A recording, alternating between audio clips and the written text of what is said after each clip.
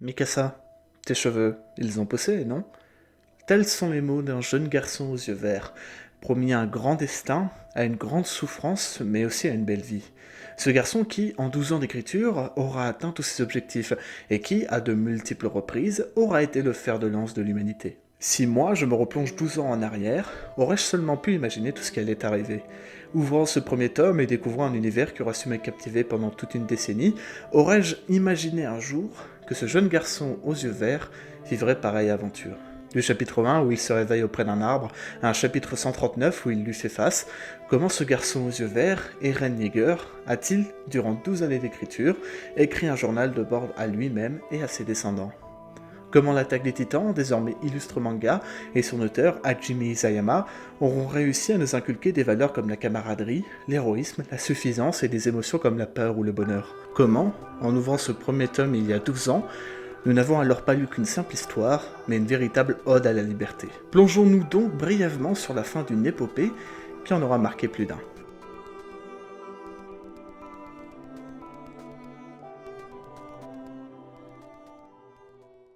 Vous n'êtes sans doute pas passé à côté. Après presque 12 ans de publication, l'attaque des titans, ou Shingeki no Kyojin, s'est terminée le vendredi 9 avril 2021, avec son chapitre 139, sobrement intitulé « Face à cet arbre sur la colline ». Une fin qui rappelle le commencement, car c'est au premier chapitre que le héros de l'histoire, Eren Yeager, se réveille, durant les toutes premières cases du manga, contre un arbre, sur une colline, se réveillant grâce à Mikasa, à qui il demande pourquoi ses cheveux ont poussé. Au chapitre 1, Eren Yeager rêvait, et c'est au chapitre 139 que ce rêve prend sens. Ce dont le jeune garçon a rêvé, c'est de son futur. C'est un Eren Yeager qui par la suite ne fermera jamais les yeux que nous allons suivre. Mais imaginez, s'il s'était laissé un peu de temps pour s'endormir, il aurait alors pu rêver une nouvelle fois, et savoir ce qui allait arriver ensuite. Car dans son futur, Eren se voyait sur un bateau, il se voyait voler, il se voyait au bord de la mer. Car le jeune garçon aux yeux verts rêvait, depuis tout petit, de découvrir le monde qui se trouvait derrière le mur. Et c'est précisément le jour où il arrivait qu'implicitement, son rêve va se réaliser. C'est dans une scène désormais culte qu'apparaît un titan de 50 mètres de haut, à la chair rouge et aux yeux marrons, surpassant le mur et toisant la faiblesse humaine par sa taille démesurément grande. D'un simple coup de pied, il rasa alors ce que les peuples avaient mis un siècle à construire. L'apparition du titan cuirassé ensuite termina d'émontrer la forteresse de l'humanité, car ce jour-là, le mur Maria est tombé. Indirectement, le rêve partagé d'Eren, Armin et Mikasa de voir ce qu'il y avait hors des murs se réalisa, avant même que l'iconique rage muette d'Eren pour l'extérieur se matérialise après la bataille de Shiganshina, nous, lecteurs, pouvions déjà savoir ce qui allait se passer. Car la rage pour le monde que développe notre héros ne date pas du moment de la découverte des civilisations extérieures, mais bel et bien du moment où l'un des titans rentré par le trou laissé par le colossal dévora devant ses yeux sa propre mère. Les titans, éléments de l'extérieur, ont ce jour-là fait d'Eren ce qu'il est aujourd'hui.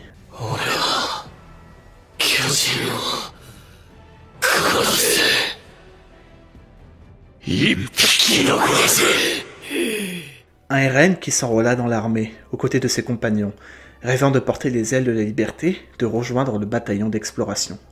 Il rencontra là-bas, durant ses années d'instruction, de formidables camarades. Une amatrice de patates, un comique chauve, une asperge creuse, un optimiste, un ange, son démon, ainsi que 3 autres personnages, une artiste martiale née, un homme fort et un homme grand aux yeux marrons. Des camarades avec lesquels il a partagé le début et la fin de son rêve. Des personnages que l'on a appréciés, aimés, voire détestés. Mais à ce moment-là, Eren ne rit qu'avec eux, sans fermer ses yeux une nouvelle fois. Mais ces temps calmes ne seront que de courte durée, car c'est au tour du mur rose et du district de Trost de se faire attaquer après un nouvel assaut du titan colossal. C'est dans cette première bataille de Trost que notre héros mourra, dévoré par l'un de ces gigantesques monstres. Et c'est cela qu'on aimait dans la première partie de l'attaque des titans, cette atmosphère sombre, ce sentiment de voir une humanité littéralement au pied du mur, acculée et qui peut s'écrouler à tout moment. Et nous brûlions alors d'envie de découvrir les mystères de ce monde, d'où viennent les titans et ce qui se trouve à l'extérieur du soi-disant dernier bastion de l'humanité. C'est ce soulagement que nous avons eu quand Eren, transformé en titan, reboucha le mur rose à Trost.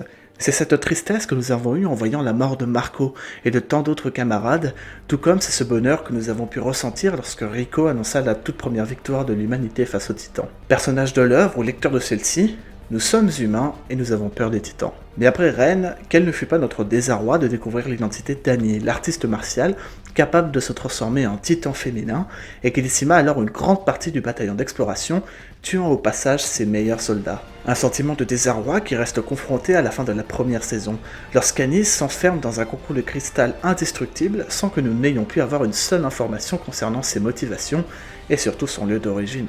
C'est à partir de là que nous pouvons comprendre qu'il y a sûrement des humains à l'extérieur. Et il doit rester 2 traîtres à trouver, le titan cuirassé et le titan colossal. Et c'est Erwin Smith qui le comprit en premier.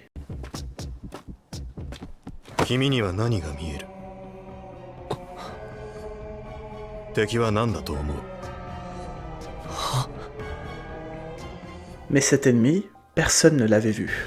Invisibles en apparence, les traîtres étaient bel et bien les précieux camarades d'Eren, Armin et Mikasa. La scène du mur où Reiner et Berthold se dévoilent est aussi épique qu'imprévisible, de même que la transformation du démon Ymir quelques temps plus tôt. Qui sont donc ces gens capables de se transformer en titans? Ou plutôt, s'ils ne sont pas forcément alliés entre eux, alors qu'est-ce qui peut les différencier? Si la saison 2, se terminant sur la prise d'Ymir par les traîtres et une victoire en demi-teinte du bataillon ne nous apporte pas de réponse directe, c'est en revanche la saison 3 qui va nous en apprendre plus sur les titans. L'hypothèse que les titans sont d'anciens humains se confirme, mais à partir de la saison 3, quelque chose dans l'attaque des titans va changer, et en particulier du côté d'Eren. La peur envers les titans s'efface alors progressivement, car les ennemis semblent plutôt être des humains. Ceux qui contrôlent les titans, l'hôte du titan bestial, apparaît alors comme un antagoniste mystérieux à la tête d'une troupe formée par les traîtres, Annie, Reiner et Berthold, avec visiblement pour objectif de nuire à ce qu'il reste soi-disant de l'humanité. À partir de là, il semble alors clair que quelque chose existe en dehors des murs, d'autres civilisations qui veulent s'en prendre aux habitants du mur. Ces habitants qui, dirigés par un faux roi et une aristocratie gangrénée par la peur de l'extérieur, sont bel et bien en danger. Désormais, personnages de l'œuvre ou lecteurs de celle-ci, nous sommes effectivement humains, mais nous avons peur de nous-mêmes. Prendre le pouvoir comme l'ont fait Zaclé et Pixis, et mettre à la tête des murs l'ange et la reine légitime Historia était le meilleur des choix, car il y avait une défense et des précautions à mettre en place. Et ces précautions prirent leur sens lorsque la bataille de Shiganshina eut lieu, lors du moment où enfin, habitants des murs et lecteurs, nous avons pris connaissance de la véritable histoire. Toutes ces vérités contenues dans le livre écrit par Grisha Yeager. C'est avec ces informations récoltées que, désormais, les gouvernements extérieurs ne sont plus les maîtres du jeu, puisqu'il s'agit dorénavant des habitants du mur, les Eldiens, qui se sont enfuis il y a bien longtemps. Ce sont eux qui, durant la saison 4, vont mener la danse. C'est à la connaissance de tout ce qui se cachait derrière les murs et à la découverte de la mer par nos héros que l'histoire va prendre son plus grand tournant. Car il ne s'agit plus maintenant de se sauver des titans, mais de se sauver des hommes eux-mêmes. C'est l'humanité contre l'humanité, ceux qui pensaient qu'ils étaient seuls face à ceux qui savaient qu'ils ne l'étaient pas.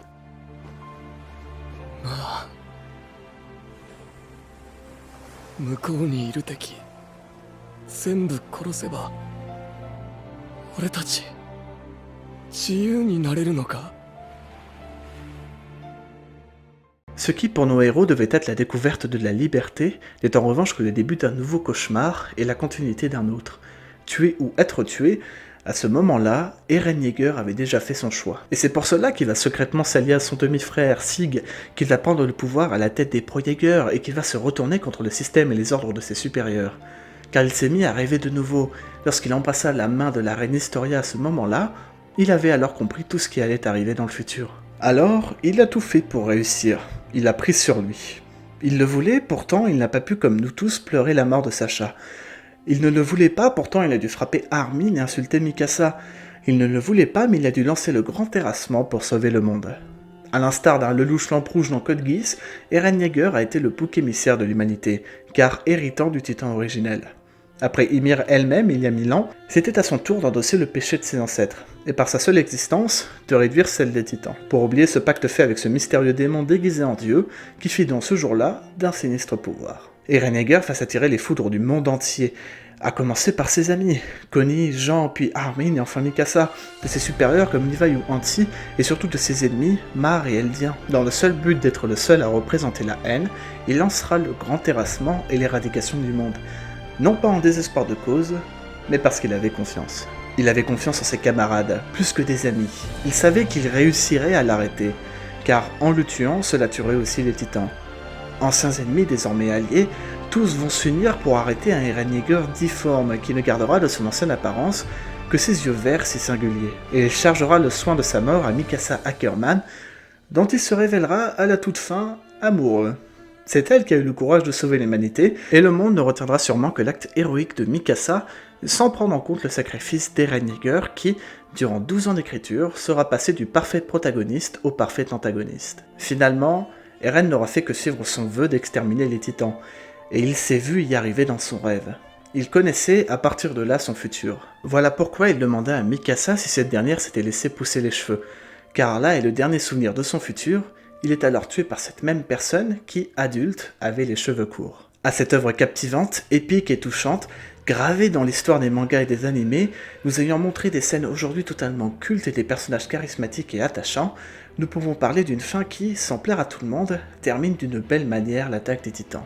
Comment ne pas citer toutes les scènes cultes de cette œuvre, comme les batailles de Tross et Stoess, ou les combats endiablés des Ackerman? Comment ne pas évoquer les techniques de Levi, le leadership de Jean, la maladresse de Connie, l'humour de Sacha, l'intelligence d'Armin, la loyauté de Mikasa, le côté vicieux de Sig, les stratégies d'Erwin, la détermination d'Eren, ou encore et surtout le courage de tous ces soldats, aussi bien alliés qu'ennemis, qui se sont battus entre eux pour un bien commun. Que ce soit pour son père, sa famille, sa patrie ou ses origines, il y a eu pour chacun des personnages une raison de se battre et une raison de faire face à la mort.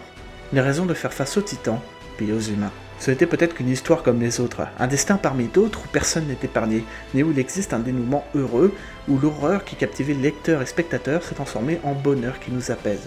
L'ode à la liberté touche à sa fin.